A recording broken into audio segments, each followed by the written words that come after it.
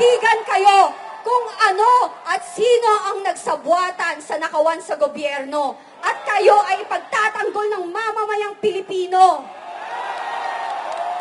Sa mga men in uniform sa inyo, nananawagan kami, yung ninakaw na pera sa kaban ng bayan, willing ho kaming mga Pilipinong i-donate sa mga men in uniform na magtatanggol sa ating bayan at huliin ang mga magnanakaw na yan.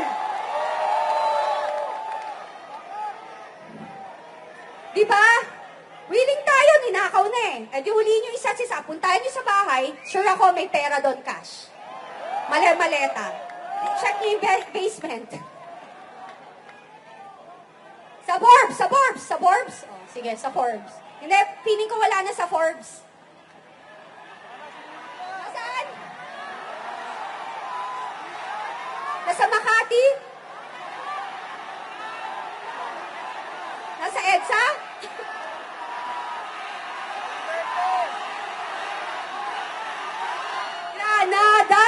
Granada! Oo nga naman, nasa Granada. Diba? Diba? Kasi may delivery daw doon. Diba? Ako nga, kanina, I don't understand saan nanggaling yung sinabi na okay daw ang ekonomiya natin. Mura ba ang gasolina? Mura ang bilihin? Nagtataas ang renta ng bahay, diba? Magkano ang pamasahe ngayon? Diba? Grabe! Diba? Hindi totoo. Puro kasinungalingan. Alam mo ba di nila nararamdaman yung mahal? Kasi yung perang ginagastos sila, hindi kanila. Diba? Nakaw eh. Diba kagabi sabi ko nga sa inyo, kalyo yan eh. Sa kakapalan na mukha nila, kalyo na sila. Kahit anong tanggal mo, the more mo tinatanggal, kumakapal pag bumabalik. Diba? Kalyo.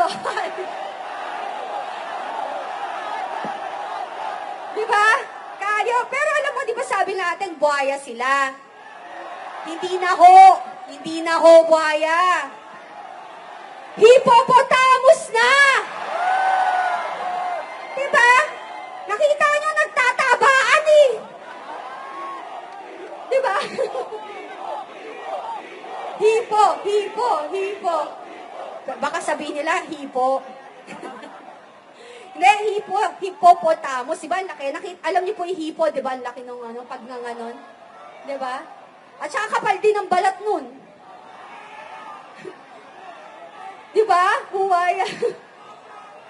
Hindi na nanalo yung yung buhaya sa hippopotamus, kaya doon na tayo sa hipo, sa kakapalan. Grabe, no? Saan ka nakakita ng ganitong pagsasama? INC lang nakakagawa nito. Diba? At eto na naman, ang mainstream media, nuknukang sinungaling. Nuknukang sinungaling. Ganyan na ba kababa ang pagkatao ng iilan sa inyo na isinanla nyo na ang kaluluwa ninyo sa demonyo at kaya nyo na magsinungaling? Grabe, hindi kayo naawa sa mga anak ninyo, pinapakain yung pera na galing sa nakaw. Kakapal, di ba? Alam nyo, kayo, ang sarap ng buhay nyo ngayon. Akala nyo lang. Pero bukas makalawa, pa-check up kayo lahat. May sakit kayong walang lunas. Yan ang karmang tumatama sa mga taong mga sinungaling, magnanakaw at kumakampi sa mga demonyo. Hindi ako INC, pero mukhang malapit na talaga. malapit na. Tatapusin lang ho natin tong laban na to. Malapit na. Naging protestante na ako. Born again Christian ako. Born Catholic ako. Pero eto, very inspiring.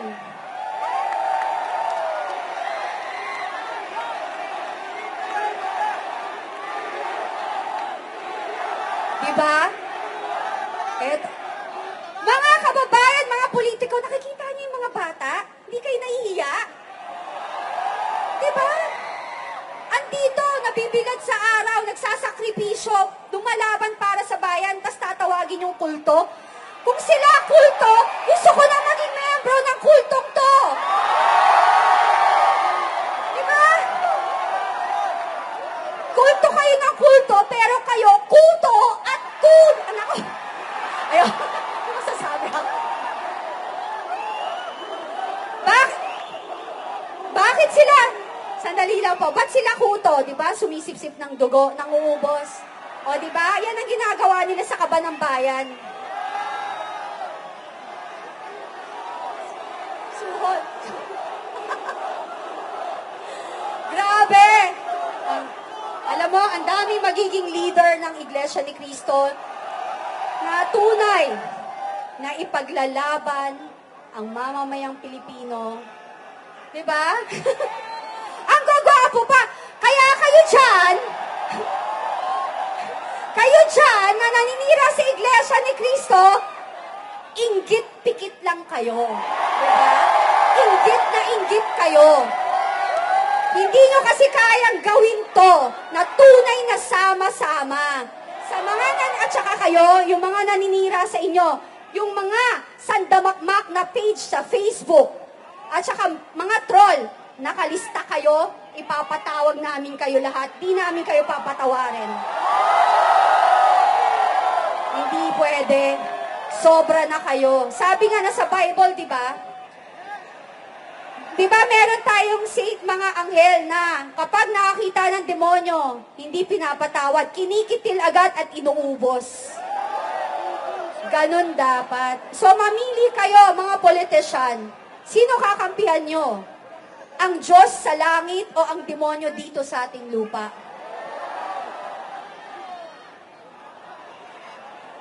Wala na. Hindi na tayo pwede. Hindi na pwede to. I do not forget. Exactly, we don't forget ang mga kalokohan, kasinungalingan, at kahirapang idinulot nila sa mamamayang Pilipino. May bagyong darating na naman. Diba? May bagyong darating na naman.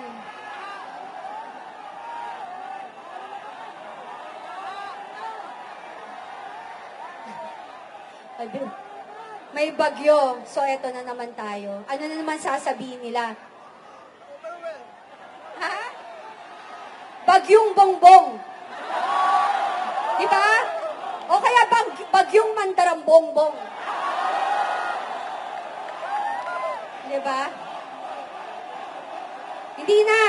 Hindi tayo pinapakinggan. Hindi. Walang Hindi nag-iisip.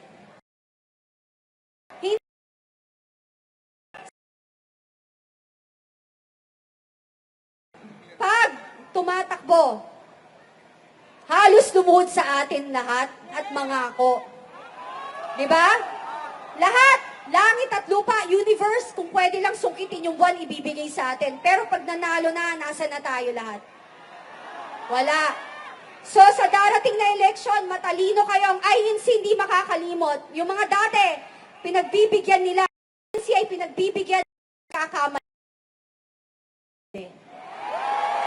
Mapagpatawagay na sa Biblia. Pero hindi na natin pwede po. Hindi ako ISC, sa aking opinion, hindi na ako magpapaloko. Ayoko na! Tama na ang nakawan sa kaban ng bayan!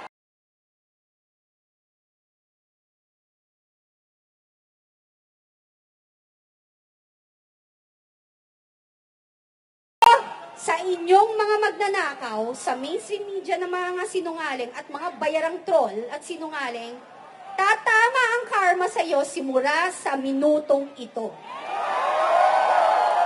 Maraming salamat po, INC!